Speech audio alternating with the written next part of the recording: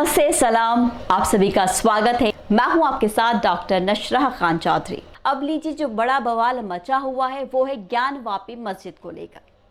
ज्ञानवापी मस्जिद से जैसे ही बाबा मिल गए, उसके बाद तो कह सकते हैं कि वाकई हमारे देश को क्या हो गया है, किस और हम जा रहे हैं।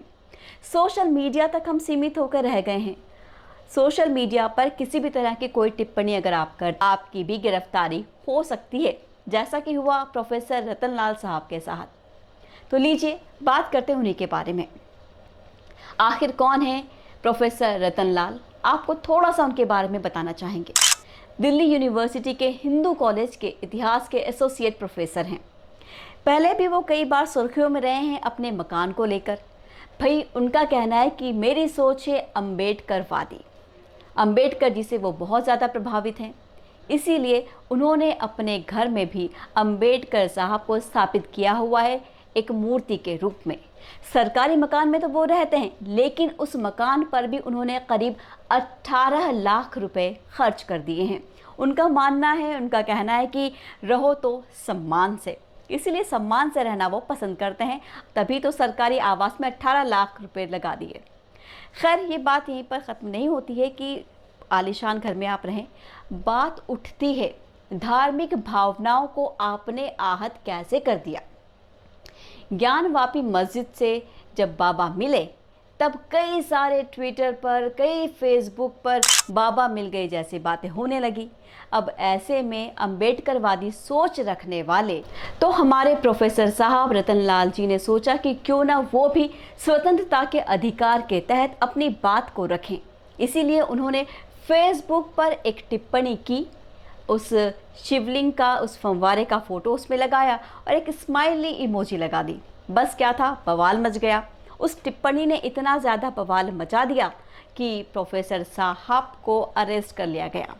उन पर जो धाराएं लगी वो थी 153A IPC यानी भारतीय दंड संहिता की धारा 153A और 295A के तहत उन्हें गिरफ्तार कर लिया। हमारे रतन लाल साहब ने ये बता दिया था कि वो काफ़ी ज़्यादा प्रभावित है अम्बेडकर जी से, और उन्होंने संविधान भी पढ़ा है। संविधान में उन्होंने पढ़ा है कि अनुच्छेद 19 से 22 तक स्वतंत्रता के अधिकार दिए गए हैं, स्वतंत्रता की बातें की गई हैं।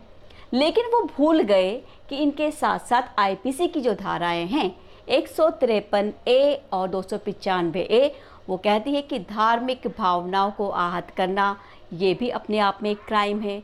किसी धर्म, जाति, स्थान के ज़रिए विभिन्न समुदायों के बीच वैमनस्य पैदा करना ये भी गलत बात है। तो इसके ज़रिए उन्हें गिरफ्तार कर लिया। क्या वाकई हम अगर बात कर लें एक प्रोफेसर की, तो उनकी जिम्मेदारी भी कुछ बनती है।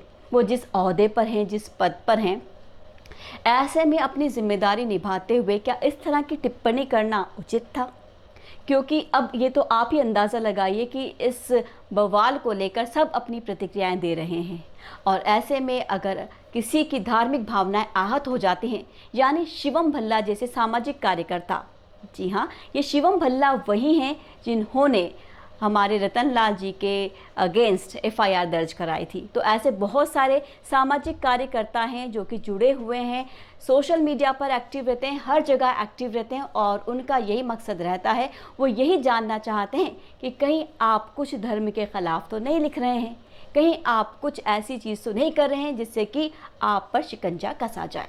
खैर, अपनी बात को मैं यहीं पर ख़त्म करना चाहूँगी कि हम कितना ही कुछ सोचें, हमारे समाज में अब बदलाव लाने की बहुत ज़्यादा ज़रूरत हो गई है।